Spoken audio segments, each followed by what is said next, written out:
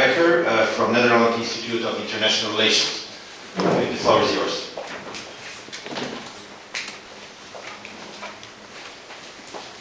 Chairman, Minister, distinguished guests and colleagues, thank you for the opportunity to say a few words on transatlantic relations and the question of this session, have we turned the page? I will focus on the development of transatlantic relations in the light of recent political events. Where did we come from following the crisis of the US-led invasion in Iraq in 2003? Where are we today? And what positive and negative developments will shape the near future. Just a few years ago, both NATO and transatlantic relations seemed to be at a historic low. Once one of the cornerstones of foreign and security policies in Western European countries, together with the UN and EU, NATO and transatlantic ties seem to have lost much of its relevance and meaning. Especially, of course, the invasion in Iraq, but also the direction of the global war on terror, and more recently, the recognition of Kosovo this year. I guess this process was led and sped up by the US. The idea of NATO membership of Ukraine, Georgia, and the radar installations in the Czech Republic and in Poland. How are things today after those dark years? I guess 5 years after the crisis, the European opponents of the US-led invasion, France, Germany, Belgium, a number of other countries, have learned to live with it and have, rather modestly, cooperated at various levels to establish a new government in Iraq. Still, the case of Iraq is first and foremost a US operation with only symbolic support from its European allies, of course with the exception of the United Kingdom. Also on other issues, the European governments and US administrations have managed to come closer regarding important security issues such as Iran, Afghanistan, and to some extent also with regard to Georgia. I would argue that the main reason why these ties have been strengthened is not because old love never dies, but because of outside threats that bind us together. Nonetheless, there are still a lot of issues between the US and Europe that remain unsolved, tensions that are still out there, although less visible than a couple of years ago. And I think that's even more important, and I guess Rob de Wijk also mentioned it, there are a number of fundamental differences of opinion on how to manage threats and how to deliver security. Let me first look at these remaining tensions, fundamental differences, and unresolved issues before focusing on what brings us together. The main themes of disagreement between Western Europe and the US also are related to general strategies. And the Minister of Foreign Affairs has mentioned and then quoted Kagan, Venus and Mars, these kind of issues. But especially the role of military power in foreign and security policies is rather different. Europe's belief in the so-called comprehensive approach, also the Deputy Secretary General yesterday mentioned it, comprehensive approach, very important, but there are fundamental differences regarding what that means. It's also known as the 3D approach, defense, development, diplomacy, and it's clear that for Europe, diplomacy and development are more important than the third D, that of defense, which is the focus of the United States. I guess one should stress that defense is not much emphasis in Europe on defense, partly because we lack the tools to use that instrument. So that's one of the reasons why we focus more on diplomacy and development.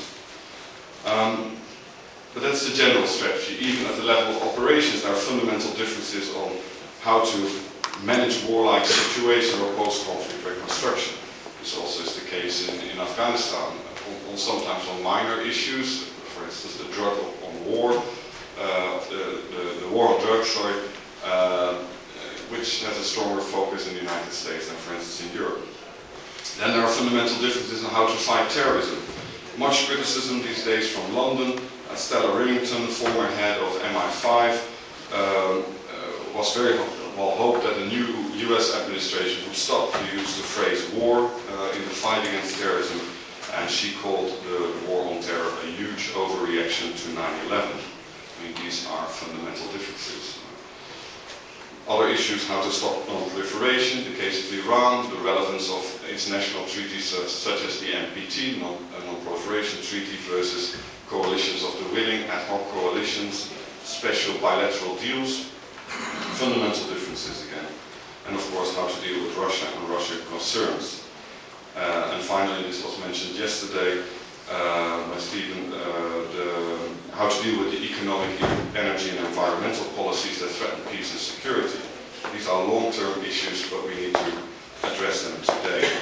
I should stress that over these issues there exists also a lot of disagreement within Europe, between Western European countries, between Western European countries and Central European countries, but I guess the most fundamental differences are those between the United States and Europe. This raises the question, to what extent have these fundamental differences eroded the importance of NATO and transatlantic relations? I do not have an answer to that question. I hope that both sides of the pond will learn from their mistakes.